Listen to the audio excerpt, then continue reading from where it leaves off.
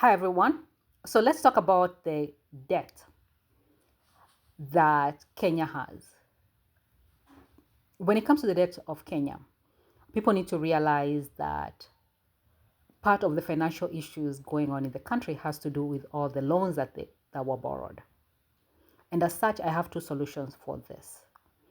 So the first solution is for the loans borrowed from the US government, the UK, and the allies, the Western allies, Europe. So these loans, the way Kenyans need to look at this, the first thing they need to basically get new people in government. Fagia Wote, Operation Fagia Wote, get new people in government. When these new people come in government, this is what they need to do. They need to take the list of the loans that were borrowed from the UK, the US, and the allies. And they need to go to these countries and tell them this. Here are the loans that we owe you, and we want a military partnership whereby these countries will be conducting military operations, and these operations, bombing operations, Operation Piga Kombora, and they are going to bomb properties owned by William Ruto, Uhuru Kenyatta, and all these politicians who have looted the government of Kenya. So all their properties, you're gonna give the government needs to give them, the new leadership needs to give them these countries the geographical locations, and that's how you pay off part of those loans. Then they'll go to China. In China, they're going to do something called Operation Chonga Viazi.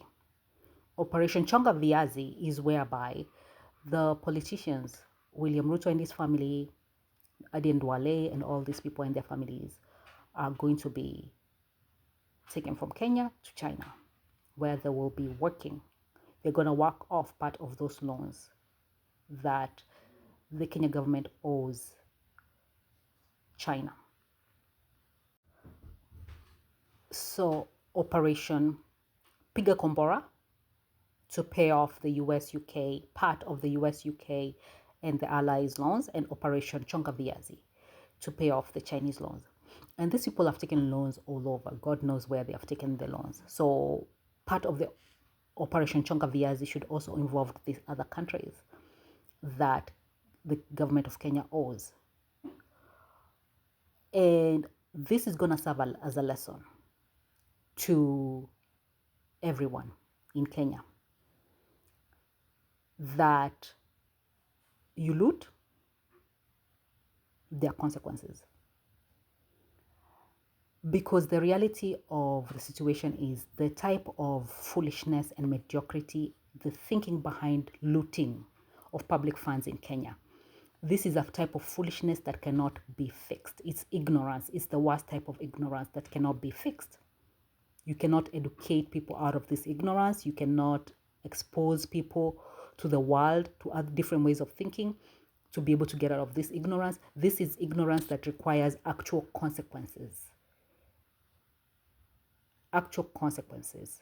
There has to be some form of pain there. So because of that, those are the two proposals that I have for the debt that Kenya has with the world, paying it off part of it. And hopefully this is gonna, put Kenya in a better trajectory when it comes to finances.